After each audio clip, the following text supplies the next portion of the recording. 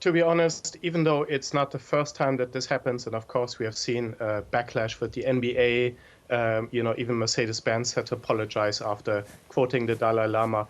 It is quite surprising and very interesting how this integrates very closely with the most recent government strategy of really virulently sort of counter-attacking researchers such myself, academics and Western governments over Xinjiang forced labor, and how this is so closely coordinated with now this domestic backlash against these companies, even in the case of H&M over statements on forced labor that were issued about 1 year ago. How hard will it hit these brands, not only financially, but also how they're perceived in one of their biggest markets? Well, for these brands, I think the impact for their China market is going to be very, very strong, potentially devastating. It now depends. Some of these companies have actually deleted their statements. China might give them a second chance, of course. The whole point is to scare not just them, but to scare the whole industry. It's really about providing a powerful counter-narrative and counter-push to say it's either us or your constituents back home who are calling for human rights. You'll have to choose. It's a very stark choice to make. How do you think these companies should respond? Well, how should they respond? They should respond by doing the right thing. What is right? Is forced labor acceptable?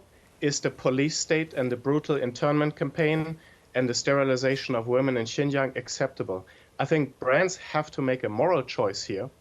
But I think the choice in some way can't just be up to brands. It's really up to Western and other governments to really have the right legislation to just say, look, it's not just up to the companies. We're saying forced labor is illegal. And I think that's really where the decisions should be made in parliaments. Otherwise, it's only going to get more difficult for foreign companies to trade in China, right? Foreign companies with the current Chinese government and strategy are going to be forced to basically make a choice. But we also have to take into account this only works to an extent, right? It's the tall puppy syndrome. You can try to attack the tall puppy or whoever happens to stand out. But China is not going to cut off every single Western fashion brand. So it's a scare tactic also.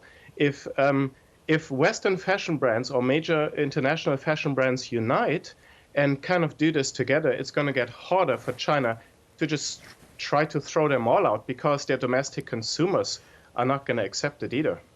Now, Adrian, you were named earlier this week in a round of Chinese sanctions, as you mentioned before. Can you tell us more about why you've been targeted? I have actually been targeted for quite a while. It really started after some of these really high-profile leaked documents like the China cables or the Karakash list, internal Chinese government documents that were just very incriminating, really revealing the brutality and the truth about what was going on in China. And especially after the birth prevention and sterilization research, the attacks on me became very intensified. So I was now sanctioned together with a number of other European entities and another European scholar. But really, China has targeted me for my research for over a year now. Tell us a bit more about how this might be affecting you, not only professionally, but personally as well. Well, personally, it's been fairly intense to, of course, know that the largest country in the world sort of has a grudge against you and is not happy with you. But to be honest, it's not affecting my work. I've gotten used to it. In some way, I'm motivated by it. I mean, if the Chinese Ministry of Foreign Affairs says that my work on forced labor in cotton harvesting is actually starting to have an economic impact on Xinjiang companies, and then threatening to do a civil lawsuit against me, that's actually a motivation because forced labor is wrong, and we want a business with Xinjiang cotton to stop because it's just not the right thing. Also, my work with the Chinese government documents, so the fact that I cannot travel to China is not affecting my research. Just finally, you're also an advisor to the Inter-Parliamentary Alliance Committee on China. What can you tell us about the genocide bill currently going through the UK Parliament? So the genocide bill in the UK Parliament, they've adopted a compromise solution. The original attempt was reintroduced into the Parliament several times on several iterations. The point was to try to get a court judgment in the United Kingdom on genocide, because such a judgment, typically governments say that's not up to a national government. Really, it has to be the United Nations, but China has been co-opting and controlling the United Nations, so that's not going to happen at this level. So the point was to force a genocide ruling in a United Kingdom court to actually get a verdict, to raise the profile of this issue.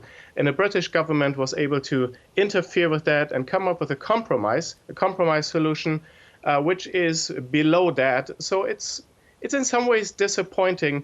We see a lot of parliaments really caring about this atrocity, but a lot of governments are very hesitant to really take some stronger action on this horrendous atrocity.